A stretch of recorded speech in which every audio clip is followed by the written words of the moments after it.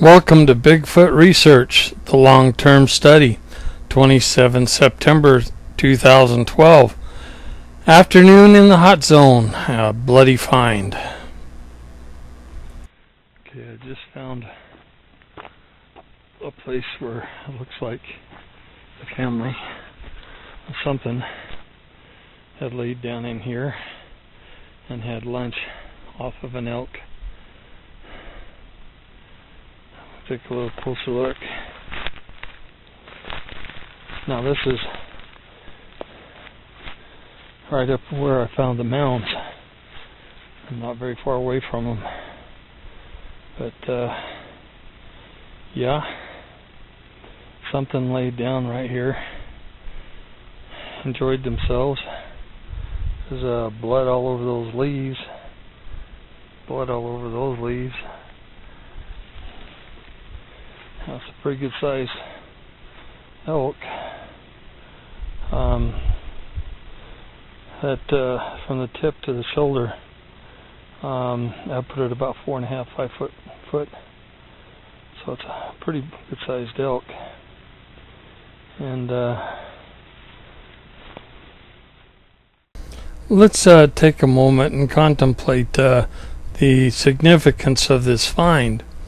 This is an elk leg. This is not a deer leg. It is a very huge animal. Elk weigh 300 to 400 pounds here in Arizona. And if you'll notice, it's the shoulder blade as to where it's been detached from the body. That means that the leg had to be twisted off, kind of like a chicken leg does when you're eating chicken. The enormous power that it would take to rip off a leg like that off of an elk is just astounding. I don't believe a lion can do it, a mountain lion or a jaguar or a bear, unless they've been really chewing on the shoulder for quite some time. But this looks like, the way it was found, the area being bloody, drug apart, it almost looks to me like this was done very quickly, removed from the elk while it was still bloody. It was dragged down the trail and deposited here where several of the ferns and the grass still has blood on it. So this is, to me, is an immense find. It tells me we have a Bigfoot. Okay, in this next photo, we see how much push down of the grass and so forth is around the leg. This tells me that it just wasn't one creature. There was probably 2 to 3, and they ate the leg. So far, we've not been able to locate the carcass. There's got to be a carcass somewhere, or perhaps this was a kill that was divided up amongst clan members and taken in different directions and devoured in different places.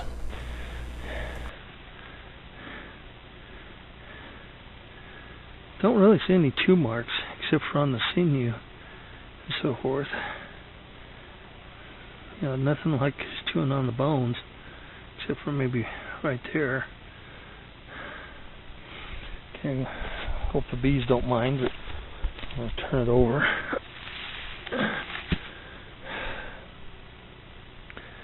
Okay.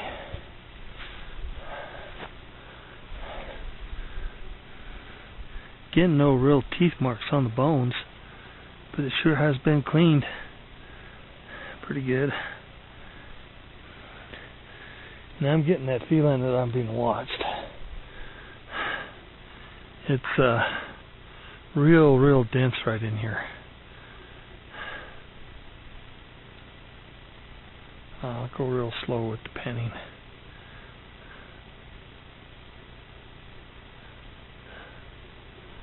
Really dense. Can't see very far.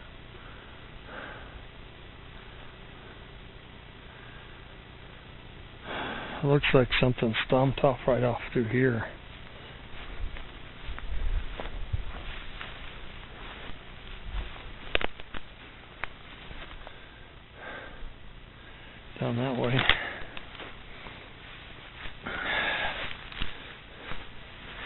looks like maybe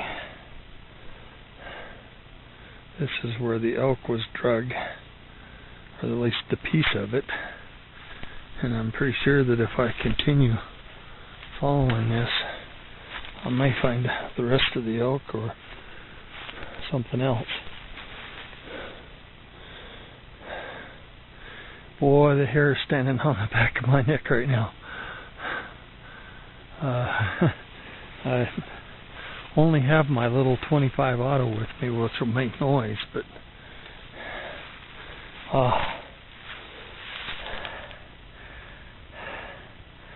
some human-like poop. Big pile of it.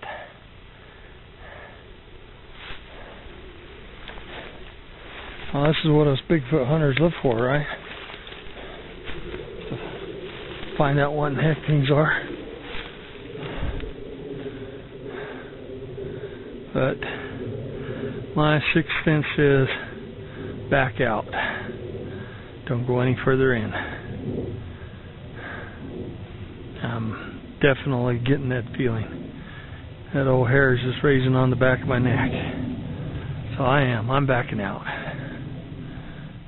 Yeah, I backed out to where the leg was, and the feeling is a little subsided. But I just don't want to end up like that elk right there.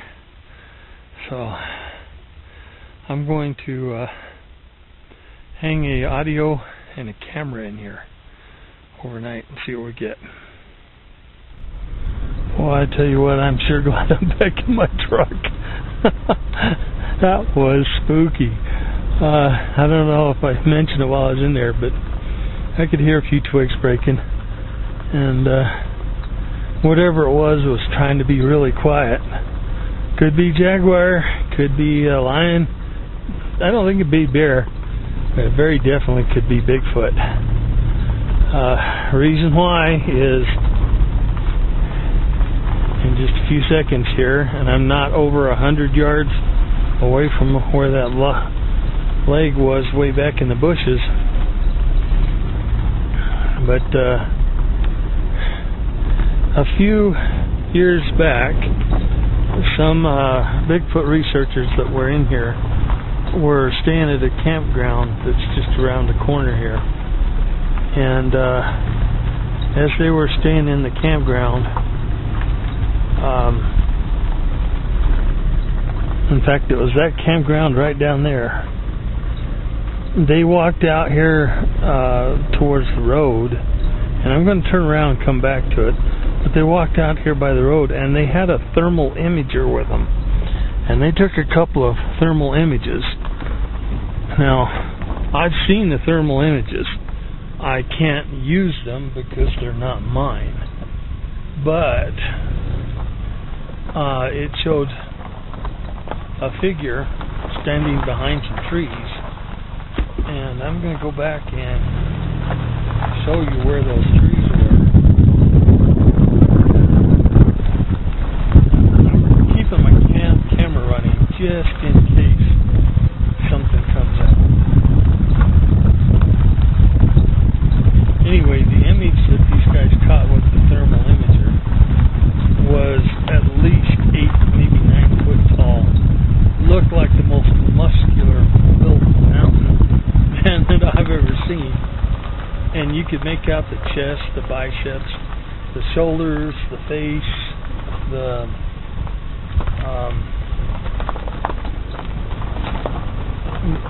the head was kind of looking upward. And I don't know if it was looking at the moon or just what, but I'm going to take you up to where those trees were if I can find them. I'm out of the truck, but this is where the thermal imager they had, and it was standing semi behind those bushes right there, and those pine trees, the smaller pine trees are back there.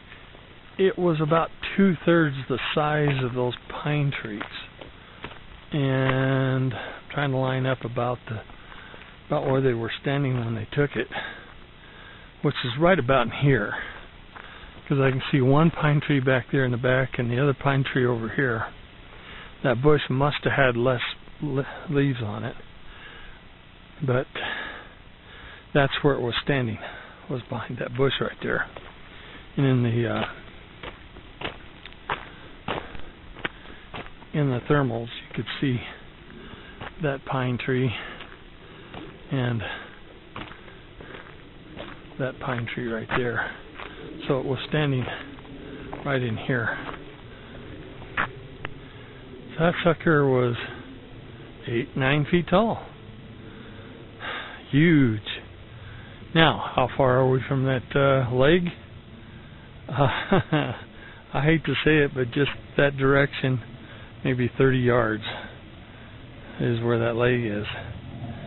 And I'm glad I'm standing out here in the open on this road. I wouldn't want to be inside there. I'm back, and I decided to get my bigger gun out. So I holstered up my big gun. Alright, well, I think maybe camera and sound recorder ought to be good enough. Yeah, I'm chicken. I'm not going in there. Okay, I'm back to where that campground was, where those other guys camped at one time. We were using the thermal imager. Sorry, I can't post those. Not mine to post. So, however, they're really, really interesting. I'm kind of taking it slow, and hopefully we can see something else. You know, I was going to open one of those mounds, and I have decided not to, because those mounds are only about maybe 150, 200 yards away from that leg bone and that thicket. And that's also where, when I was looking at the mounds, that something walked behind the bushes and the camera caught it, and everybody's saying, oh, that's just tree movement or tree sway, and then there are a few people that have really analyzed it and said, no, that was something that actually walked between the trees. Well, there's something in here, guys. He's huge, he's big, and he eats elk for fun. So that spooks me.